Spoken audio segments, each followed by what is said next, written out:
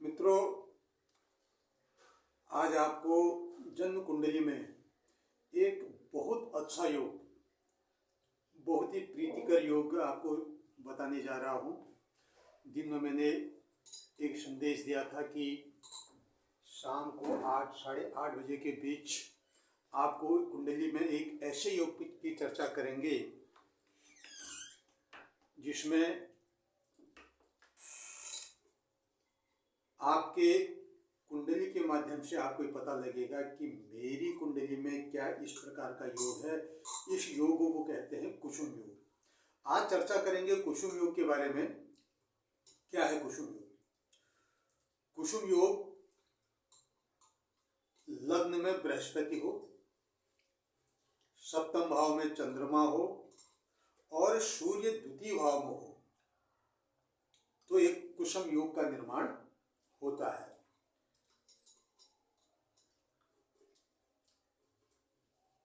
कहने का अर्थ यह है कि एक उपनिषद का निर्माण होता है। उपनिषद का अर्थ होता है उप माने समीप और निषद माने बैठना, यानी बृहस्पति के नजदीक चंद्रमा है, यानी बृहस्पति सप्तम दृष्टि से चंद्रमा को देख रहा है। बृहस्पति सप्तम दृष्टि से चंद्रमा को देख रहा है, अर्थात उसके समीप है, उस पर दृष्टि जारी है। और सूर्य बृहस्पति से द्वितीय भाव में है। सीधे सीधे इसका अर्थ निकलता है कि बृहस्पति गुरु की दृष्टि चंद्रमा, चंद्रमा माने मन, चंद्रमा का अर्थ हृदय से है, अर्थात गुरु की दृष्टि मन पर जारी है। मन में जैसे विचार होंगे उस प्रकार से आपकी प्रगति होगी।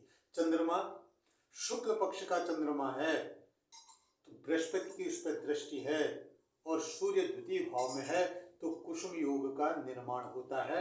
यह योग पुण्य कार्यों का फल है। यह योग प्रीतिकर योग है। माता पिता के पूर्व जन्म के आशीर्वाद से इस योग की प्राप्ति होती है। इस योग में दो योग और छुपे हुए हैं। इस योग में दो योग और छुपे हैं।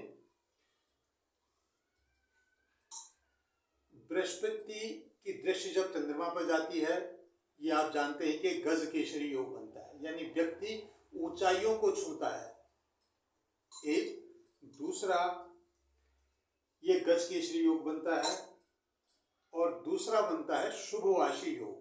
शुभवासी योग का अर्थ है कि सूर्य बृहस्पति का पड़ोसी है, यानी सूर्य की अत्यधिक ऊर्जा बृहस्पति को मिल रही है। सूर्य के रेज बृहस्पति पर बहुत अधिक मात्रा में जा रहे हैं, तो इस प्रकार से ये एक शुभवासी योग भी बना।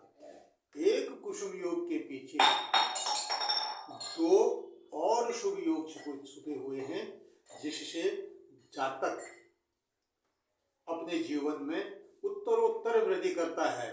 जो चाहता है उस चीज को हासिल करता है, बशर्ते कि बृहस्पति पीड़ित ना हो, चंद्रमा पीड़ित ना हो। अगर ये पीड़ित नहीं है तो ये अपना फल देने के लिए बाध्य रहते हैं। इसी के साथ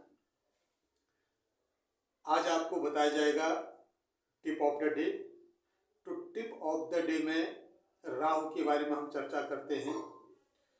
पितृदोष राहु के कारण बनता है। राहु हमारे दादा दादी का कारक है और अमावस्या के दिन यदि हमारी कुंडली पितृदोष से पीड़ित है, अर्थात हम पर पितृदोष का प्रभाव है, तो अमावस्या के दिन राहु का दान करें। राहु का दान अर्थात 7 प्रकार के अनाज मंदिर में जाकर के ब्राह्मण को दें, ब्राह्मण का आशीर्वाद लें और ब्राह्मण को उचित दक्षिणा दें। इससे आपके पितृदोष की समाप्ति हो जाएगी। बहुत अचूक उपाय है, इस प्रयोग को करें। धन्यवाद।